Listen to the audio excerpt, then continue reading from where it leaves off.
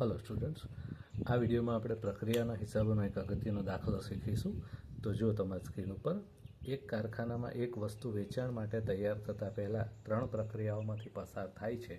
પ્રક્રિયાના ખાતાઓ તૈયાર કરો અને કારખાના પડતર ઉપર 25% નફો રાખવાનો સંચાલકો નિર્ણય કરે તો નીચેની માહિતી ઉપરથી તેની વેચાણ કિંમત નક્કી કરો। એટલે કે જે પેદાશ તૈયાર થાય છે ફાઇનલ છેવટે એની વેચાણ કિંમત પર આપણે તૈયાર કરવાની નક્કી કરવાની છે। ત્રણ પ્રક્રિયાઓ એક્સ, વાય અને ઝેડની બધી માહિતીઓ આપેલી છે।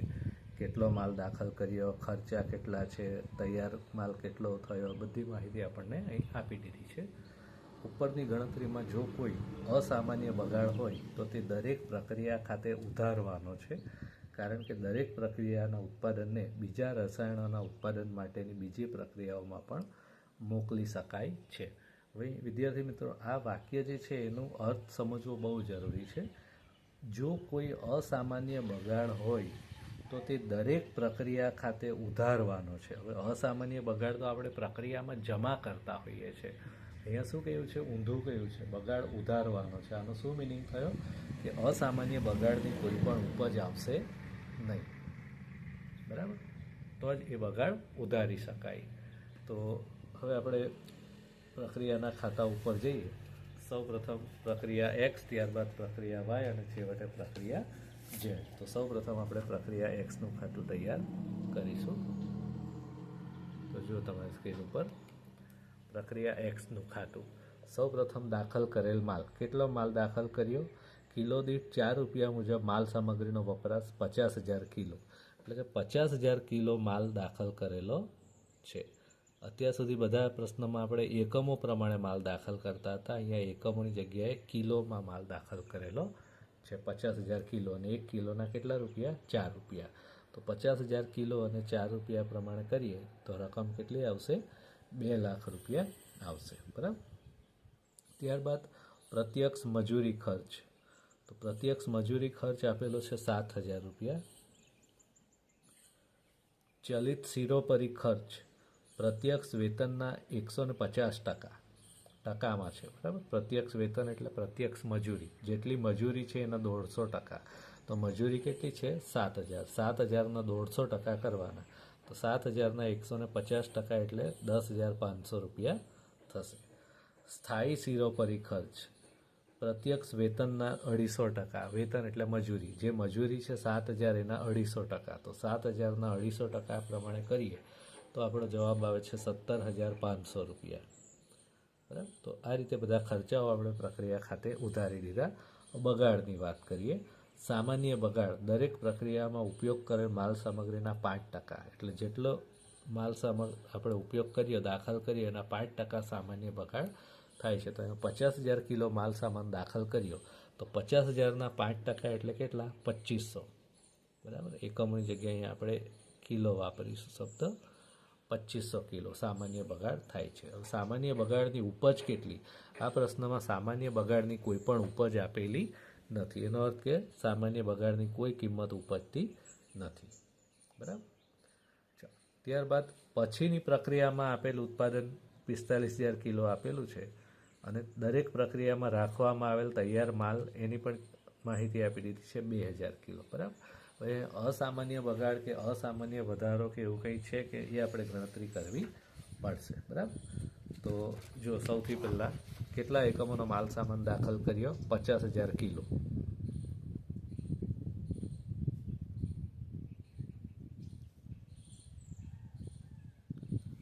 દાખલ કરેલ માલ, એમાંથી સામાન્ય બગાડ કેટલો? 5% પ્રમાણે,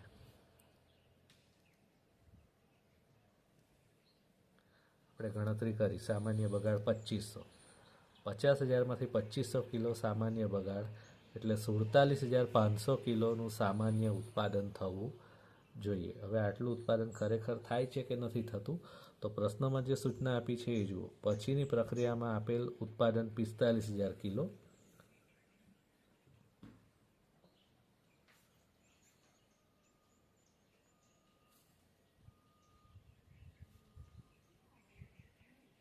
પછીની પ્રક્રિયામાં આપેલ અને દરેક પ્રક્રિયામાં રાખેલ માલ 2,000 કિલો, એટલે 2,000 કિલો જે માલ છે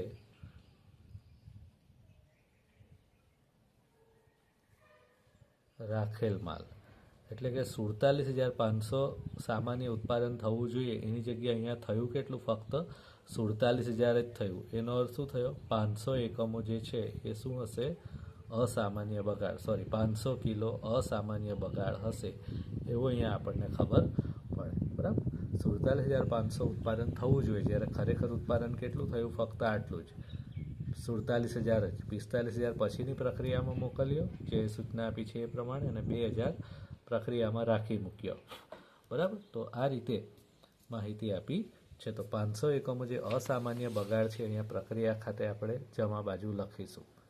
બરાબર, હવે એની પડતર કેટલી? એની પડતર આમ તો શોધીને લખવાની હોય, પણ પ્રશ્નમાં કહ્યું છે કે અસામાન્ય બગાડ પ્રક્રિયા ખાતે ઉધારવાનો છે. ઉધારવાનો એટલે અહીંયા આની કોઈ પડતર લખાશે નહીં.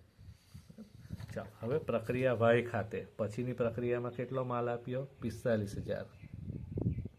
અને કેટલા એકમ રાખી મૂક્યો? તો 2,000 કિલો રાખી મૂક્યો. આ રીતે 50,000 કિલો માલ દાખલ કરેલો એ 50,000 કિલોનો હિસાબ આપણને મળી ગયો. બરાબર, ખાતું બંધ કરીએ તો સરવાળો કરીએ તો ઉધાર બાજુનો જે સરવાળો છે 2,35,000 રૂપિયા થાય છે. એ જ સરવાળોની જમા બાજુ પણ લખી દઈશું, 2,35,000 રૂપિયા.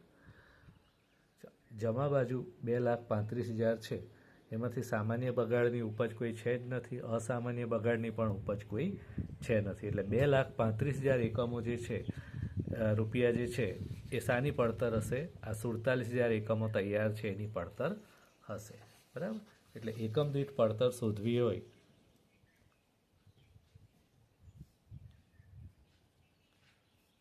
તો 2,35,000 રૂપિયા જે છે કુલ પડતર, અને ઉત્પાદનના એકમો કેટલા? 45 અને 2 47,000. 47,000 એકમોની કુલ, એટલે એક એકમની પડતર કેટલી આવશે? 5 રૂપિયા આવશે એક એકમની પડતર. બરાબર, તો 45,000 એકમ ગુણ્યા 5 રૂપિયા અને 2,000 એકમ ગુણ્યા 5 રૂપિયા, આ રીતે કરવું પડશે.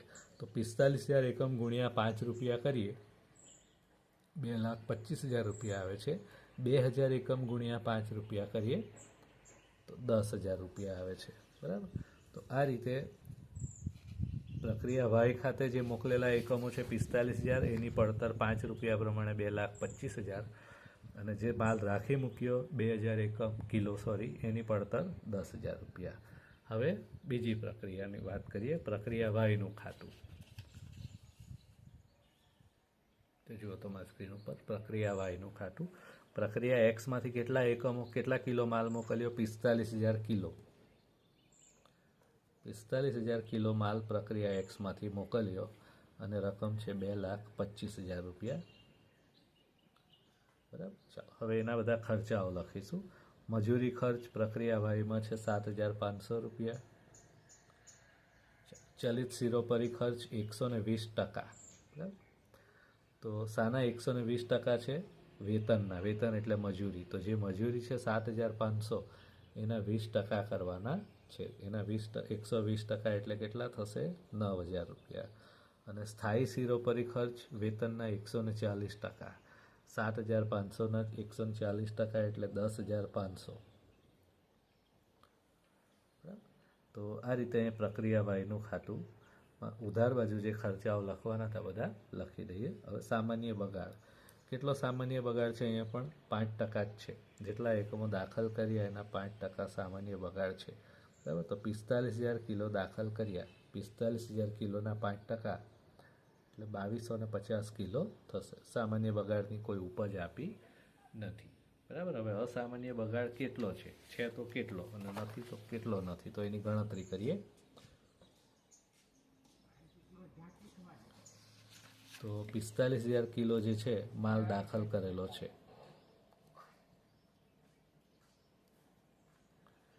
એમાંથી સામાન્ય બગાડ જે છે 5% કયો છે, એના 5% એટલે 2,250. બરાબર, એ બાદ કરીએ એટલે 42,750 કિલો સામાન્ય ઉત્પાદન થવું જોઈએ આટલું.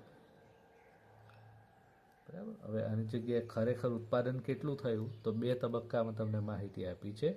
પછીની પ્રક્રિયામાં કેટલો મોકલ્યો અને અહીંયા કેટલો રાખી લીધો.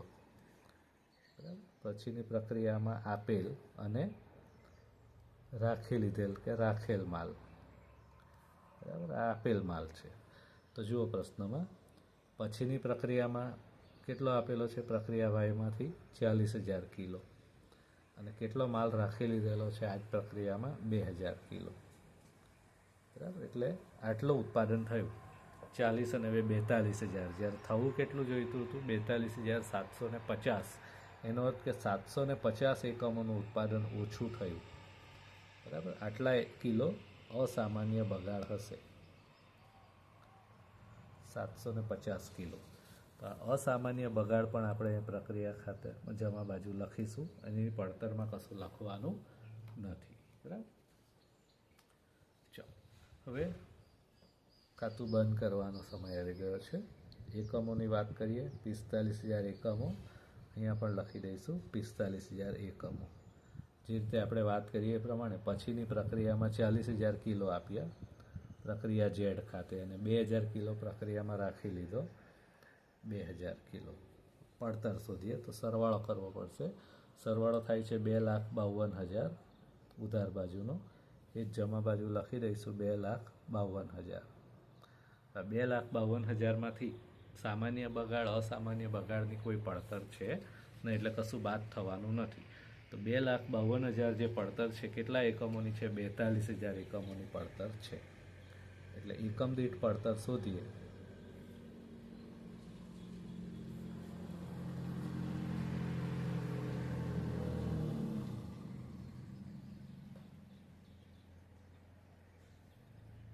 $2,52,000 ભાગ્યા 42,000 એકમો, એટલે એક એકમની પડતર આવશે 6 રૂપિયા, બરાબર.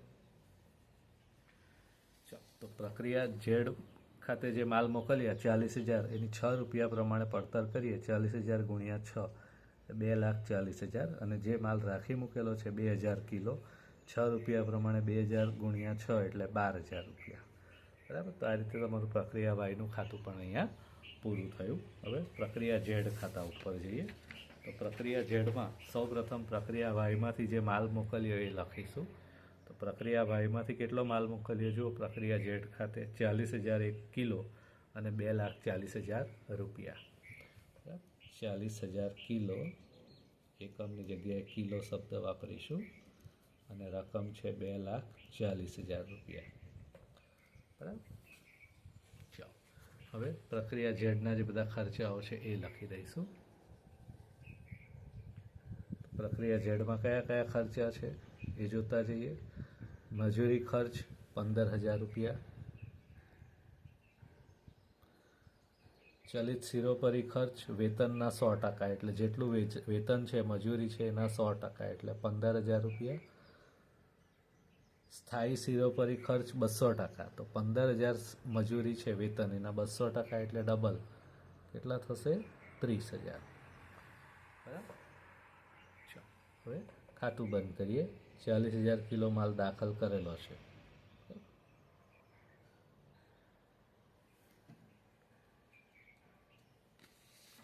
તો જુઓ, બગાડ છે કે વધારો એવું કશું છે તો ચેક કરી લઈએ. સૌ પ્રથમ 40,000 કિલો દાખલ માલ, એમાંથી કેટલો સામાન્ય બગાડ છે એ ગણીએ. તો સામાન્ય બગાડની ટકાવારી આપી જ છે દરેક પ્રક્રિયામાં 5%. તો 40,000ના 5% એટલે 2,000 કિલો સામાન્ય બગાડ, એટલે 38,000 કિલો સામાન્ય ઉત્પાદન થવું જોઈએ, બરાબર. ખરેખર ઉત્પાદન કેટલું થાય છે એ આપણે જોવું પડશે. તો પ્રશ્નમાં અસામાન્ય વગાડ કે અસામાન્ય વધારાની કોઈ માહિતી આપી નથી, એટલે 38,000 એકમો જે સામાન્ય ઉત્પાદન છે એટલું જ ઉત્પાદન ખરેખર થતું હશે એવી આપણે ધારણા કરી લેવી પડે. ચાલો, હવે અહીં સરવાળો કરીશું. તો ઉધાર બાજુનો જે સરવાળો છે એ 3 લાખ રૂપિયા થાય છે.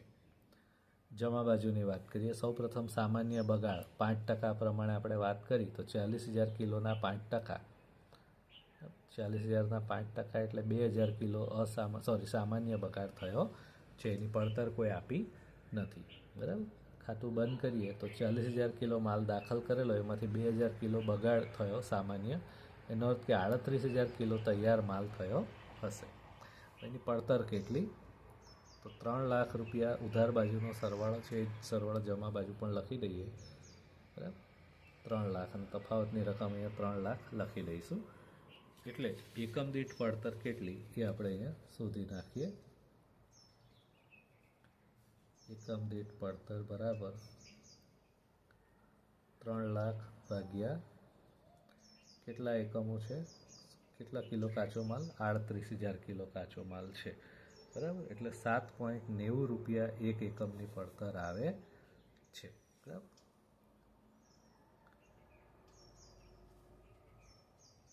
આશરે 7.90 રૂપિયા જેવું લગભગ આવી રહે છે, બરાબર. તો આ રીતે અહીંયા પ્રક્રિયા ઝેડનું ખાતું પણ પૂરું થાય છે, બરાબર. હવે અહીંયા આપણને પ્રશ્નમાં બીજી એક વાત કરી છે કે પ્રક્રિયાના ખાતાઓ તૈયાર કરો. એ તો આપણે તૈયાર કરી દીધા. જુઓ, પ્રક્રિયા એક્સનું ખાતું, પ્રક્રિયા વાયનું ખાતું અને પ્રક્રિયા ઝેડનું ખાતું પણ, બરાબર. પણ એ સિવાય બીજી માહિતી શું કહ્યું છે? કારખાના પડતર ઉપર 25% નફો રાખવાનો સંચાલકો નિર્ણય કરે તો નીચેની માહિતી પરથી તેની વેચાણ કિંમત નક્કી કરો. એટલે જે પડતર આવી, બરાબર, 7.90 રૂપિયા,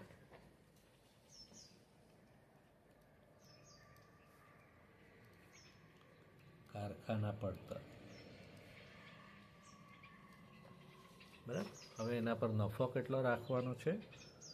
25%. તો પ્લસ નફો ઉમેરવાનો છે 25%. તો 7.90ના 25% આપણે નફો ઉમેરીશું એટલે આશરે 1.98 રૂપિયા જેવું થાય છે, બરાબર. આટલો નફો ઉમેરીએ એનો અર્થ કે એની વેચાણ કિંમત કેટલી આવશે? 9.88 રૂપિયા વેચાણ કિંમત આવશે, બરાબર. એટલે કે આ પ્રોડક્ટ જે પ્રક્રિયા એ, બી અને સીમાંથી પસાર થઈને છેવટે તૈયાર બને છે, એ જો આટલો નફો લેવો હોય 25% કારખાના પડતર ઉપર, તો લગભગ 9.88 રૂપિયામાં વેચવી જોઈએ, બરાબર. તો આ રીતે આપણો પ્રશ્ન અહીંયા પૂરો થાય છે.